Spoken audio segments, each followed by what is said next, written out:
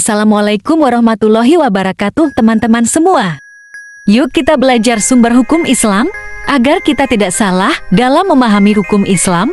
Disimak baik-baik ya. Sumber utama ajaran Islam yang utama yaitu ada satu Al-Quran, dan yang kedua adalah hadis. Al-Quran adalah wahyu Allah yang mutlak kebenarannya dan tidak dapat dibantah oleh akal dan kebenaran manusia, sehingga Al-Quran adalah sumber ajaran utama dalam Islam. Yang kedua yaitu hadits.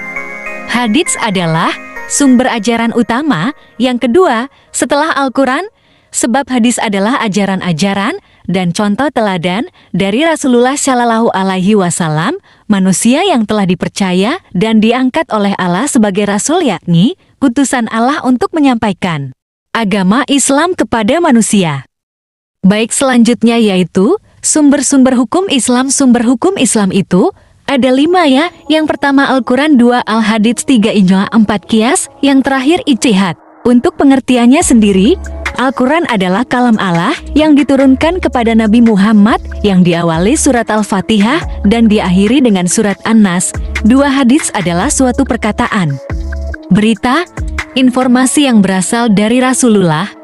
Sunnah adalah jalan hidup yang dilalui oleh Nabi Muhammad. 3 Ijma' artinya kesepakatan seluruh ulama dari kaum muslimin pada satu masa setelah wafatnya Rasulullah atas sesuatu hukum Islam pada suatu kasus dalam satu masalah yang penting terkait urusan umat Islam, maka hal tersebut menjadi hukum yang dapat dijadikan pedoman dalam kehidupan umat Islam. 4 Qiyas adalah mempersamakan sesuatu hukum dalam satu kasus yang tidak dapat nas dengan satu kasus hukum yang lain yang dinaskan karena persamaan ilat hukum. 5 Ijtihad adalah mencurahkan kemampuan maksimal oleh seseorang ahli hukum untuk mengistibatkan ketentuan-ketentuan hukum syara yang rinci dari dalil-dalil, yakni menyangkut perbuatan manusia dengan manusia lain. Sunnah terbagi menjadi 4. Pertama, sunnah qauliyah, yaitu semua perkataan Rasulullah. 2 sunnah fi'liyah, yaitu semua perbuatan Rasulullah. 3 sunnah takririyah, yaitu penetapan dan pengakuan Nabi terhadap pernyataan ataupun perbuatan orang lain.